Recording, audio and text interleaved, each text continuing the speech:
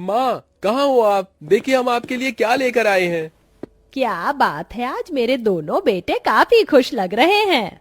माँ, हमारा एक दोस्त आगरा गया था।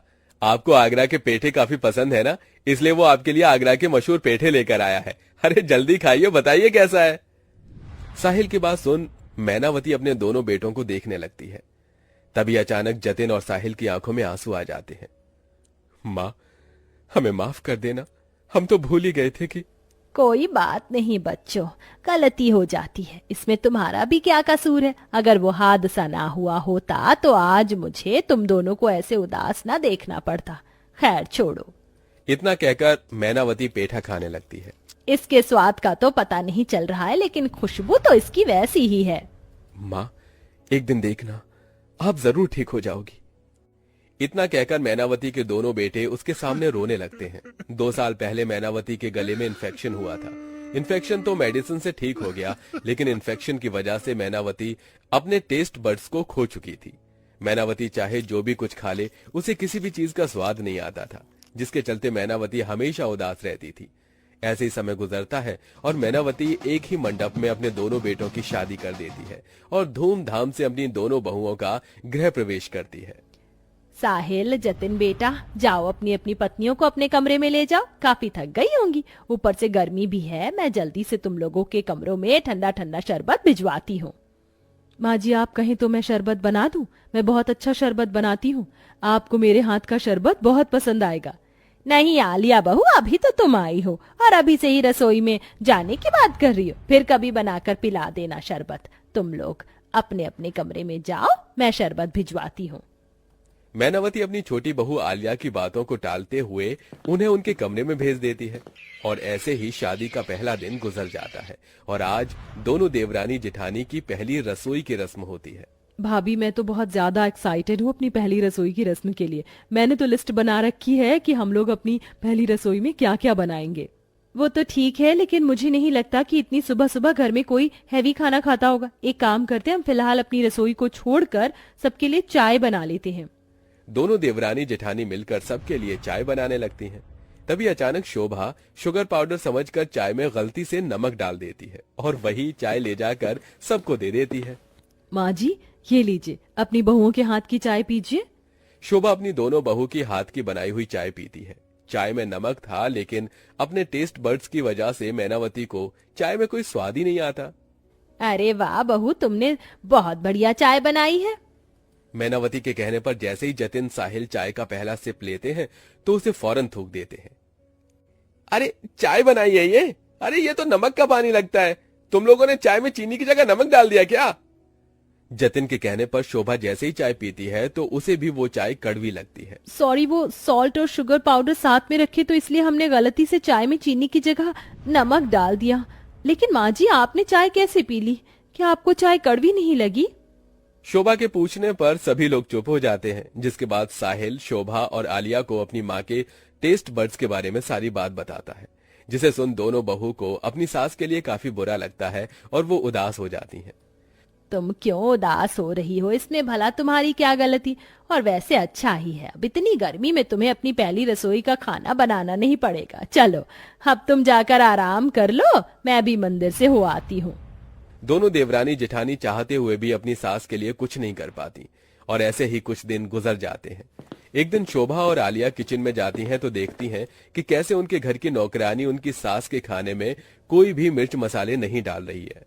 ये क्या, तुम माँ जी को हल्दी के पानी के अंदर सब्जी उबाल के दे रही हो? छोटी मालकिन, अब बड़ी मालकिन को तो सब्जी में कोई स्वाद आता ही नहीं है, तो क्यों मसाले डालकर उन्हें बर्बाद करना।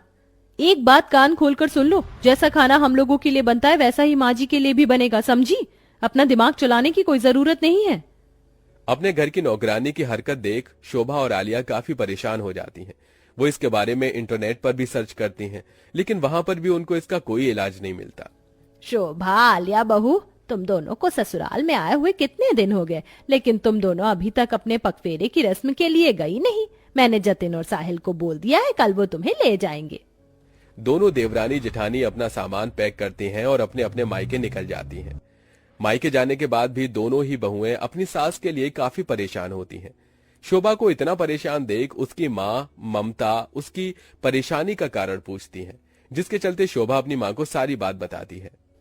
माँ जी की मुझसे ऐसी हालत देखी नहीं जाती। मुझे तो इस बात की खुशी है कि मेरी बेटी कितनी अच्छी बहू है। बेटा तू फिक्र मत कर, मैंने सुना है हमारे घर के पीछे जो पहाड़ियां हैं उन पहाड़ियों में एक देवी माँ का बहुत पुराना मंदिर बना हुआ है। कहते हैं उस मंदिर में जाकर हम जो भी देवी मैया से मांगेंगे वो हमें मिल जाएगा। मेरी मानो तो तुम भी वहां जाकर अपनी सास के लिए प्रार्थना करो। अपनी माँ की बात सुन शोभा बहुत खुश होती है, जिसके बाद वो सारी बात अपनी देवरानी को बताती है। और अब दोनों देवरानी जेठानी उस बड़े से पहाड़ की चढ़ाई करके देवी मैया के मंदिर पहुंच जाती हैं। देवी मैया, सब कहते हैं जो भी इंसान आपसे सच्चे मन से कुछ मांगता है तो आप वो उसे दे देती हैं। हम बस आपसे यही मांगना चाहते हैं कि हमारी सास ने जो अपनी स्वाद की क्षमता खो दी है वो उन्हें वापस मिल जाए। उनकी ऐसी हालत हमसे देखी नहीं जाती। हम चाहकर भी उनके लिए कुछ नहीं कर पा रहे हैं। देवी मैया, अब आप ही हमारी आखिरी उम्मीद हो। दोनों देवरानी जेठानी हाथ जोड़ देवी मैया से प्रार्थना करने लगती हैं कि तभी उनकी प्रार्थना से खुश होकर देवी मैया साक्षात उनके सामने आ जाती हैं।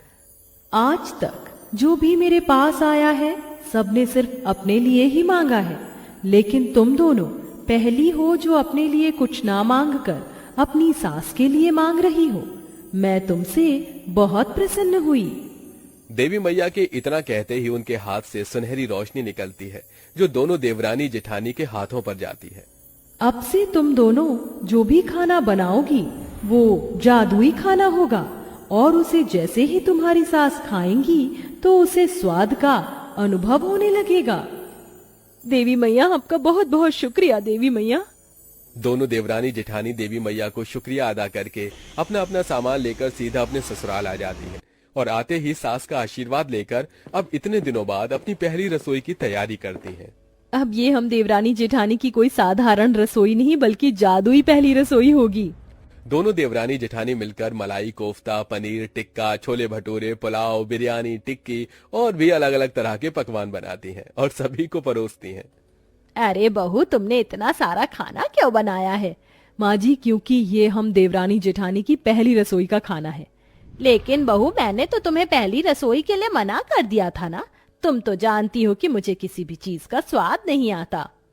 माँ जी, एक बार आप खाकर तो देखिए, आज आपको जरूर स्वाद आएगा। आलिया शोभा के बार बार कहने पर मैनावती जैसे ही पनीर खाती है।